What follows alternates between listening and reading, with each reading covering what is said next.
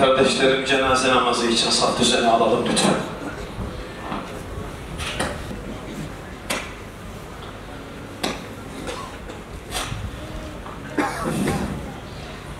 Ey şehit, alemin kıldığımız namazımızı kabul eylesin. Şehitler için yapacağımız hüsnü zanlı şehadeti de kabul eylesin. Allah-u Teala Hazretleri şehitlerin âli makamlarına kendilerine eriştirsin. Geride ehli küffara karşı cihad etmekte olan kardeşlerimize de nusretiyle yardım eylesin. Yaklaşık 110 gündür dünyanın gözü önünde canlı olarak bir millet soykırıma maruz bırakılmakta.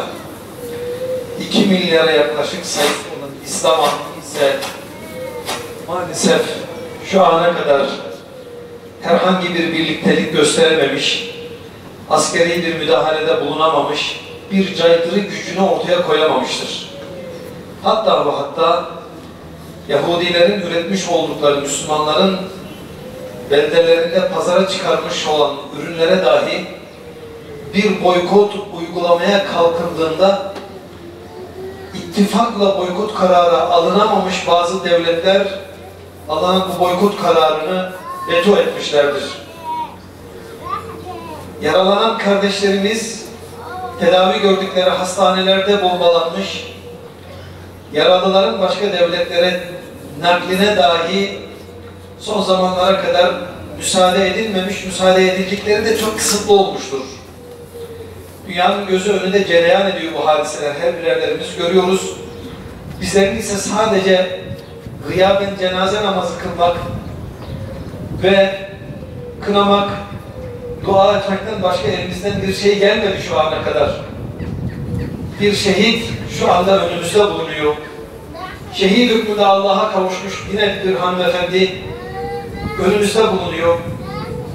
Allah-u Teala Hazretleri İslam alemine yeniden uyanışlar, bilinçler, şuurlar nasip ederek yeniden İslam'a, Kur'an'a, sünnet-i Resulullah'a yüz dönerek bilinçlenip, şuurlanarak dostu düşmanı tanıyacak ve bu dünyadaki vazifesinin ne olduğunu idrak edecek bir bilinci bize idrak etmeyi nasip etsin.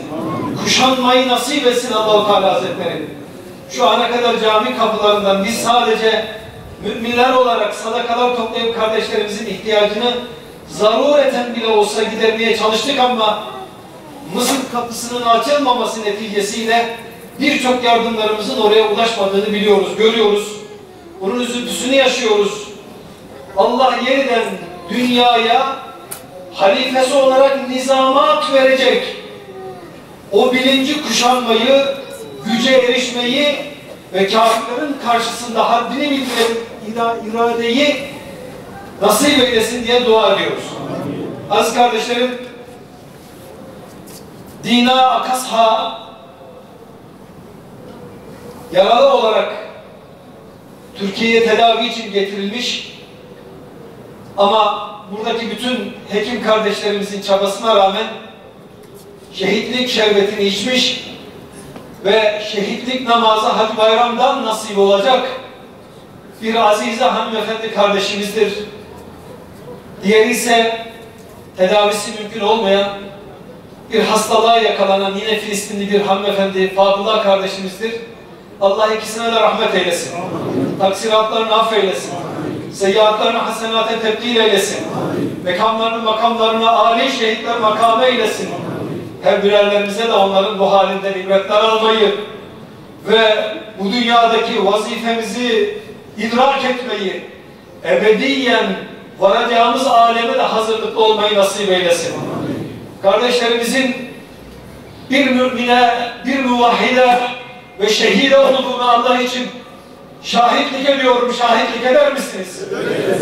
Ahirete taalluk eden hakkınızı, hukukunuzu Allah için kendilerine halal ediniz. Evet. Helal ediniz. Evet. Halal ediniz. Evet. Niyet eyledim Allah rızası için namaza, Resulullah Efendimiz için salavata, meyyite, şehide için duaya uydum, hazır olan imama değiliz. Hatun kişi niyetine.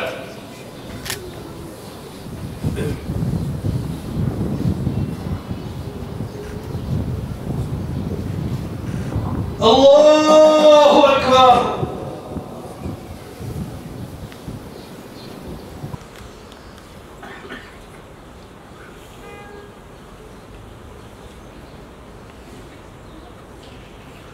Allahu Ekber. Allahu Ekber. Esselamu Aleyküm ve Rahmetullah. Esselamu Aleyküm ve Rahmetullah. Allahu Ekber.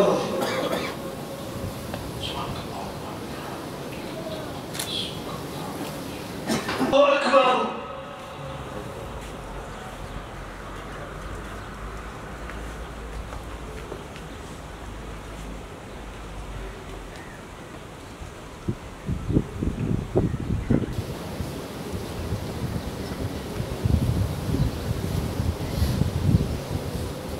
Allahu Ekber. Esselamu Aleyküm ve Rahmetullah. Esselamu Aleyküm ve Rahmetullah. Kâfi ehli iman ve ehli İslam ervahı için, şehidelerin ruhu için, Allah rızası için Fatiha. La ilahe illallah ve Allahu Ekber. Allahu Ekber. La Ya Rabbi. Azametine, Gazze'deki kardeşlerimize onları muzaffer kılıyoruz. Hadlerini güç ve kuvvetlik ver Allah'ım.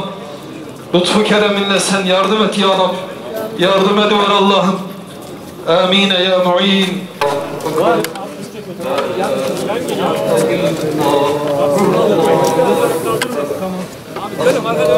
Arkayı indir bir. Arkayı indirelim biraz. Şehitler ümmetin onurudur.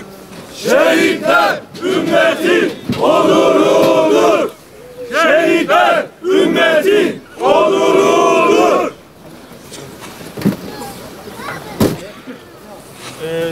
Arapça bilen kim var? Benim var. Kardeş söyle, herkes geldiği arabaya binsin.